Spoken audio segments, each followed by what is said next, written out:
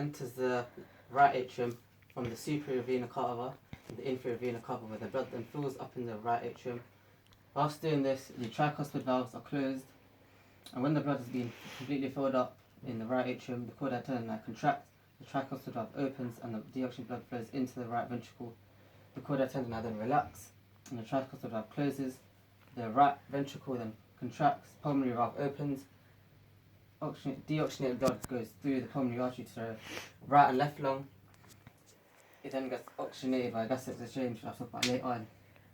The oxygenated blood then comes back and flows through the pulmonary veins on both sides and flows into the left atrium, where the bicuspid valve is closed. The oxygenated blood is then filling up in the left atrium. Once the oxygenated blood has filled up in the left atrium, the chordae tendineae contracts and the bicuspid valve opens to allow the oxygenated blood to flow into the left ventricle. The chordae tendineae then relax and the bicuspid valve closes when this relaxes, and the left ventricle contracts, causing the aortic valve to open, and the oxygenated blood is pushed through the aortic valve into the ascending aorta and the descending aorta. Here you've got the bundle of his, the apex, Purkinje fibres all along here, and intramuscular septum. Moving on, we've got the blood vessels. There are 5 types of blood vessels. This is an artery. Smaller versions of arteries are called arterioles. Capillary, vein. Smaller versions of veins are called venules. Lumen is this little narrow hole bit here. All 3 have a lumen. All 3 also have an endothelium, which is a bit surrounding the lumen. However, the lumen in the capillary is smaller than both of these. Only one blood cell can pass through at a time. Also, the endothelium on this is 1 cell thick, and the capillary is made of endothelial cells. This is endothelium on both of them. Around the artery, there is a smooth muscle, same with the vein. The artery has thicker smooth muscle and more smooth muscle than the vein, because the artery needs to withstand a high blood pressure compared to the vein, which has a low blood pressure in it. There's also a lot of elastic fibres in the artery, because the artery needs to expand when the blood is being pushed through and recoil immediately to stay in shape when the blood is not being pushed through. And veins don't really need that. There's also valves inside veins, because blood flows very slowly in veins, and the valves prevent backflow of blood. And there's then connective tissue around each of these veins and arteries. Moving on, we've got functions of the cardiovascular system. This is delivery of oxygen and nutrients to the body and the cells. This is removal of waste products. 2 main waste products in our body is CO2, which is carbon dioxide, and urea. CO2 is produced as a product of aerobic respiration, and it's removed when you exhale. Urea is produced in the liver due to the breakdown of excess amino acids, and it's removed in our urine. When the urea is mixed with water, it forms urine. It's temporarily stored in our bladder, which is then excreted. That's how we remove urea. As you move on, we've got blood flow and hormones, and vasodilation, vasoconstriction. When we're resting, vasodilation occurs in our organs, vital organs, because blood is needed there more than the legs or the working muscles, just the muscles. Vasoconstriction occurs in our other muscles, working muscles. When you're doing exercise, vasoconstriction occurs in our vital organs, and vasodilation occurs in our limbs or working muscles, because blood is needed more in these areas, and oxygen and all of that. Vasoconstriction is the narrowing of blood vessels. Vasodilation is the widening of blood vessels. Hormones such as epinephrine, adrenaline, testosterone in men, estrogen in women, cortisol, they are transported in the blood plasma, which is a component of blood. As you move on, we've got temperature regulation. Our body tries to maintain a constant internal core body temperature of 37 degrees Celsius. When we are too hot, what happens is we start to sweat, so sweat glands in our skin release more sweat, which when it evaporates, it takes away the heat energy that we have and cools us down. Also, the hairs on our skin lay flat. As well as this, the blood vessels under our skin vasodilate and move towards the skin, so more heat can be lost. When we're too cold, however, we start to shiver, and shivering is caused by constant muscle contractions, and these muscle contractions cause heat to be formed as a product of it, byproduct, and this heat is what warms us up. Also, the hairs on our skin stand up. This traps a layer of air which insulates our skin. Also, the blood vessels beneath our skin vasoconstrict, so they begin to narrow and move further away from the skin to reduce heat loss.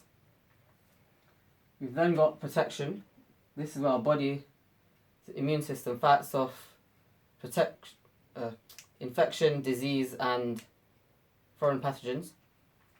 White blood cells from our immune system, which are in our blood, also called leukocytes, detect this foreign pathogen, and what they do is they release antibodies which attack the foreign pathogen. They then kill it, and then what the white blood cell does, it moves into it and it engulfs the foreign pathogen. The memory lymphocytes then keep a memory of this foreign pathogen. So if the same type of pathogen enters the body again, then what the body's immune system can do, it can get rid of this much quicker and get rid of the foreign pathogen much quicker and more efficiently than the first time. Lastly, we've got clotting. Clotting occurs when platelets detect damaged tissue. They then become sticky and form a platelet plug which goes into the damaged tissue and tries to block it. But this isn't strong enough, so clotting factors in our blood then form fibrin, and the fibrin forms a mesh which then traps red blood cells and other platelets in the blood, and that forms a clot which makes it stronger. This is the cardiovascular system. Moving on, we've got the respiratory system. Here we've got the nasal cavity, the external nose, the internal nose. There are also nasal hairs over here. The nasal hairs act for filtration to filter out dust, pollen and foreign particles. And there's also a red blood cell lining and a mucus lining inside. This acts as a humidifier as the red blood cell lining heats up the incoming air, and the mucus lining moistens the air because our lungs like the air that we breathe in to be more moist because it's easier for it to deal with. As you move down here, we've got the pharynx, which is composed of nasopharynx, oropharynx, hypopharynx. The pharynx connects the nasal cavity and the mouth to the esophagus and the larynx and esophagus. As you move further down, you've got the epiglottis, which is over here. The epiglottis has the job to stop us from choking. So when we eat or drink, what our epiglottis does is it blocks our trachea, so food and drink can go down the esophagus instead of going down our trachea. And when we're breathing normally, the epiglottis opens to allow oxygen and other gases and nitrogen and other gases to flow into our trachea, into our lungs. We've then got the larynx, also known as the voice box. The larynx connects the pharynx to the trachea. Next here we've got the trachea. The trachea is composed of rigid walls of muscle and cartilage rings. The trachea is made of cartilage rings, which allows it to be more flexible and also maintain its shape and stop it from collapsing in on itself. These are alveolar sacs. Here we've got the trachea, the bronchus here. We've got the left bronchus here and the right bronchus. And here we've got the bronchi,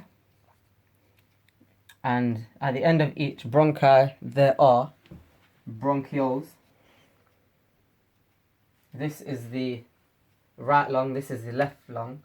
The left lung is slightly smaller than the right lung because the heart occupies more space on the left side of the left lung than the right lung.